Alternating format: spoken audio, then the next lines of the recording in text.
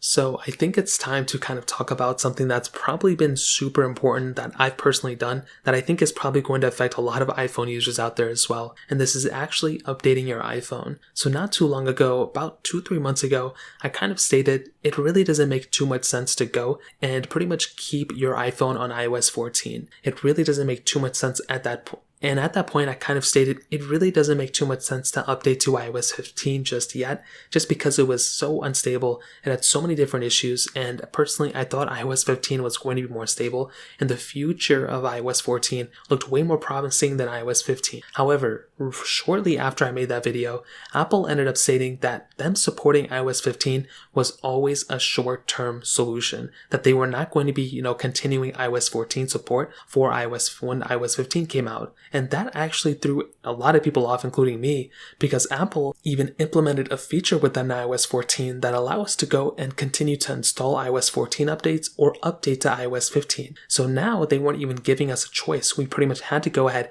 and install this specific version of software, which actually threw me off, and I'm pretty sure it threw a lot of other people off too. So at that point, what we had to do was go ahead and pretty much install iOS 15, and we had no choice. But there are still a lot of people who are still on iOS 14, and if I'm being completely honest, I will probably recommend telling you to go and install iOS 15 somewhat soon. If you don't want to install iOS 15 today, then by all means you don't have to, but it's been getting a lot more stable than a lot of people suggest, and it looks like Apple is starting to really fix a lot of these issues that have been kind of plaguing iOS 15 from the beginning. We've gotten a lot of feature updates, which is awesome, and if you have something like an iPhone 12, you're getting a lot of features within iOS 15, especially within 15.4.1.